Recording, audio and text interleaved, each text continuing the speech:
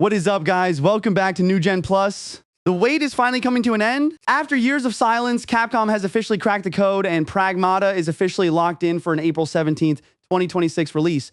We're diving into the desolate Lunar research station, exploring that gritty NASAcore aesthetic and breaking down the tactical insanity of the Sketchbook demo. Today, we're counting down 10 massive things you need to know about this launch, and let me tell you, you will not believe what we found at number 4. Let's jump in. Kicking off our list at number 10 is the absolute rarest of gaming unicorns, the Undelay. After years of radio silence and indefinite pushbacks since its initial 2020 reveal, Capcom has officially moved Pragmata's release date up.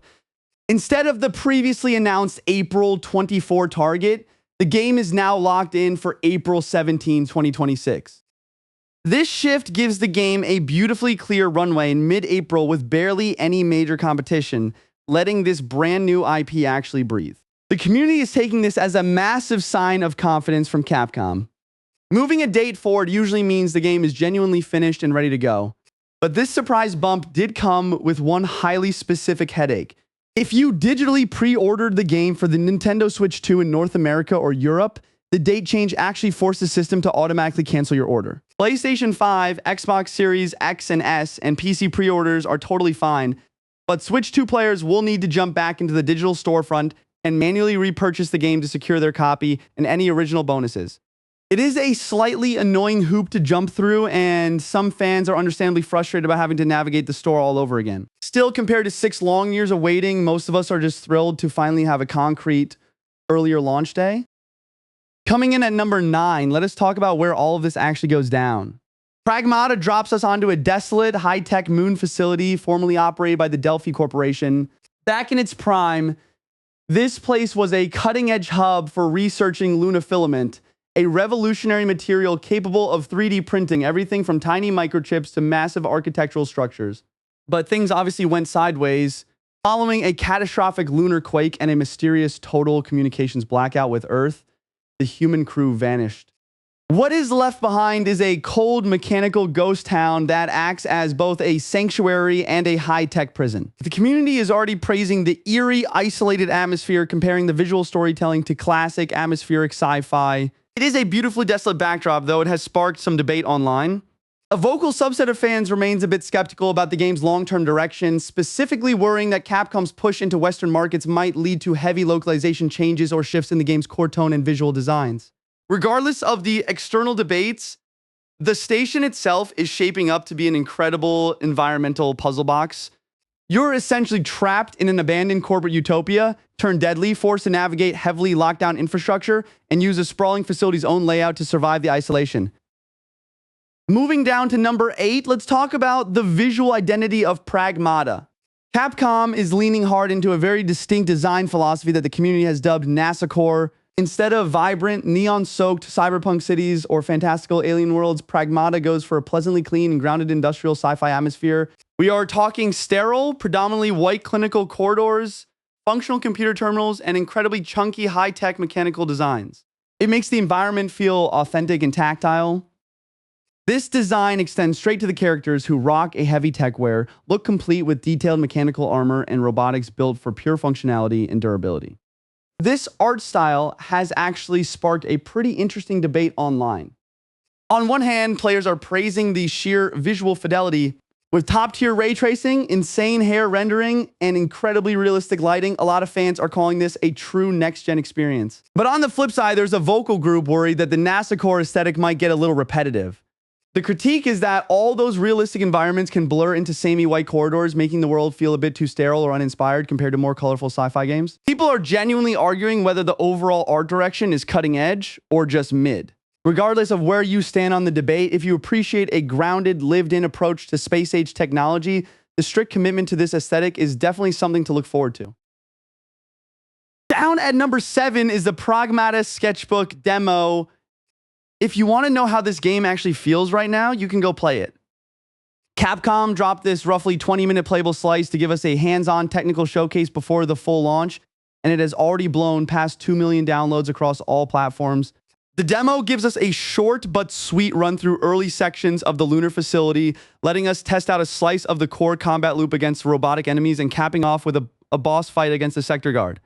Capcom is actively encouraging players to run through it multiple times too.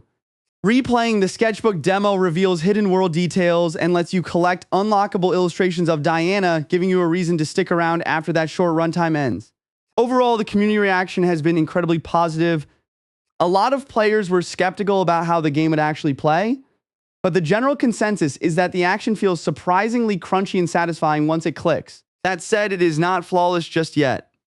Some players have pointed out that the demo is incredibly light on narrative context, and the combat can feel a little clunky or floaty when going up against some of the larger, slower mechs. But as a tantalizing preview, it absolutely did its job of turning skepticism into genuine anticipation.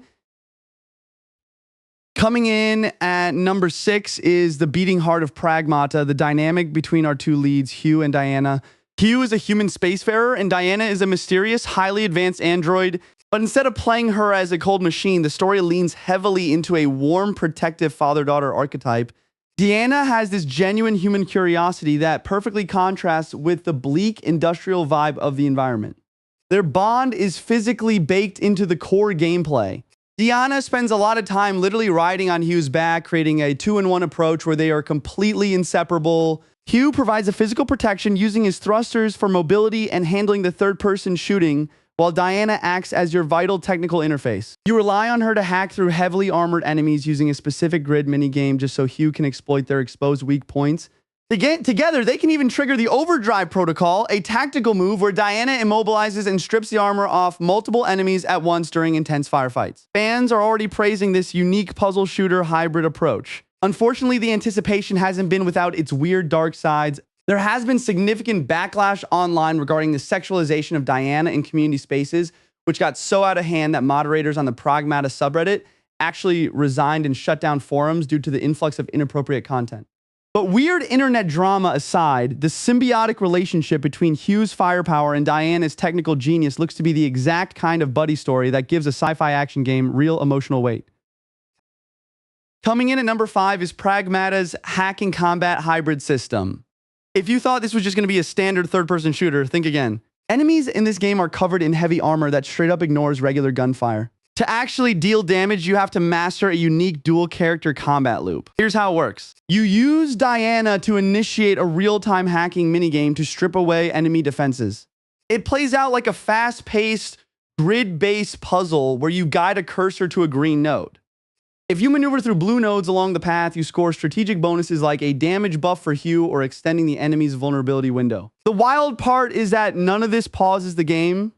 While Diana hacks, you're actively controlling Hugh to dodge incoming attacks, manage your limited ammo, and keep her safe. It is a chaotic, multitasking loop that fans are already comparing to Astral Chain or The World Ends With You. It is basically a big daddy and little sister dynamic from BioShock, except the little sister is actively dismantling enemy firewalls while you fight. Naturally, there has been some skepticism online from players worried that a puzzle minigame might feel fiddly or interrupt the flow of a firefight. Capcom actually tackled this head-on by releasing a browser-based version of the hacking minigame for fans to try out themselves. It proved the mechanic is designed to be lightning fast, keeping the adrenaline high rather than turning encounters into a slow puzzle. The exact second that hack clears, you snap focus right back to Hugh to unload your firearms into those newly exposed weak points. Down at number 4, we have to talk about how you actually get around this place. Low gravity traversal. Because you're on a lunar research station, movement isn't just a basic run and jump. Players control Hugh, who is decked out in an advanced suit equipped with heavy-duty thrusters. These are absolutely essential for navigating the multi-layered environments, giving you the ability to hover dash across massive gaps and scale vertical structures. But this low-gravity movement isn't just for exploration, it is a massive pillar of the combat. We already know standard gunfire is pretty useless against the heavily armored bots you will be facing. So instead of just taking cover, the game forces you to be highly mobile. You have to constantly use your thrusters to dodge incoming fire, find high ground, and flank enemies. All of this aerial acrobatics is designed to keep you alive long enough to create an opening for Diana to expose enemy weak points. Following the recent playable demo, community sentiment on this has shifted to cautious optimism. The movement feels genuinely fluid, but there is a vocal concern about whether this loop could turn into a gimmick. Some players worry that constantly boosting around just to wait for a hacking prompt might disrupt the flow of the action over a full campaign. It puts a lot of pressure on the development team to ensure the encounter design keeps evolving so this high-flying traversal stays fresh from start to finish. Coming in at number 3 is the actual threat you're facing on the station, the hostile AI. The Lunar Research Facility is governed by a central defense system that has officially flagged Hugh and Diana as intruders, and it is relentlessly deploying robotic walkers and heavy security machines to hunt you down. This threat is not just a neat narrative backdrop, it dictates the entire combat loop. The AI enemies you face are heavily armored and highly resistant to Hugh's standard gunfire, because you cannot just blast your way through, you're forced to adapt. While Hugh is dodging and shooting to stay alive, you have to simultaneously control Diana to slice into the enemy defense grid. This real-time puzzle minigame disables the machine's shields and exposes vital weak points so Hugh can actually deal damage. It forces you to balance aggressive third-person shooting with tactical puzzle solving while actively taking fire. Because the game has faced a few delays since its initial 2020 reveal, the community has been a bit cautious about how this would all feel in practice. Thankfully, the recent demo proved this 2-in-1 control scheme is a massive opportunity for high-skill expression. Juggling a hacking grid while dodging lethal walker attacks in real time feels incredibly tense and rewarding, rather than just being a tedious interruption to the action. Down to our number 2 spot, let us talk about the absolute visual powerhouse that is the technical fidelity of Pragmata. Capcom is bringing the latest iteration of the RE engine to the table, leaning hard into real-time path tracing. The goal here is cinematic quality lighting and reflections that make the sterile lunar facilities and cratered exterior look exactly like a high-end sci-fi film. If you are playing on a top-tier PC rig, the game is built to support DLSS 4.5 frame generation and DLAA, ensuring the engine can handle all the intense dual character action without breaking a sweat or dropping frames. But that hardware requirement is exactly where the community is currently split. If you are rocking something like an RTX 5090, early impressions are praising the game as gorgeous and technically groundbreaking. On the flip side, there's a vocal group criticizing the visuals as looking a bit mid, with some directly comparing the fidelity to late-era PlayStation 4 titles.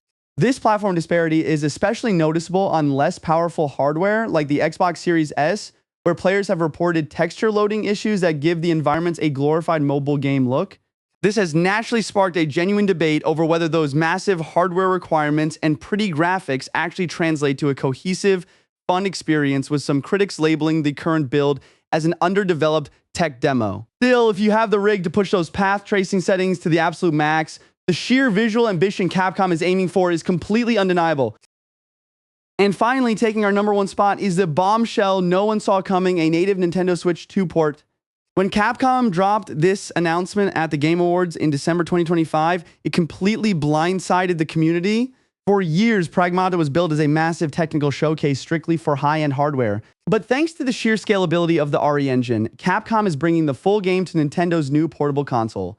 To be clear, this is not a cloud version. It runs natively on the Switch 2. Naturally, there are some visual trade-offs to make this happen.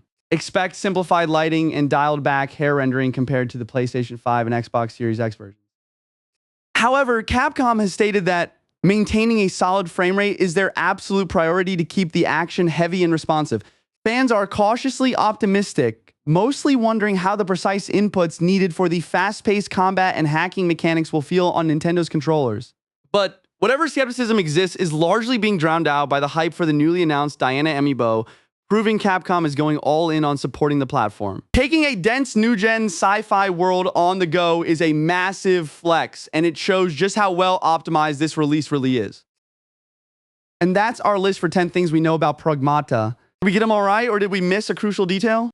Let us know what you think is the most exciting takeaway down in the comments below. If you enjoyed this deep dive, smash that like button and make sure you subscribe so you don't miss our next upload. Here are some more videos of ours you can watch. Thanks for watching, and we'll see you next time.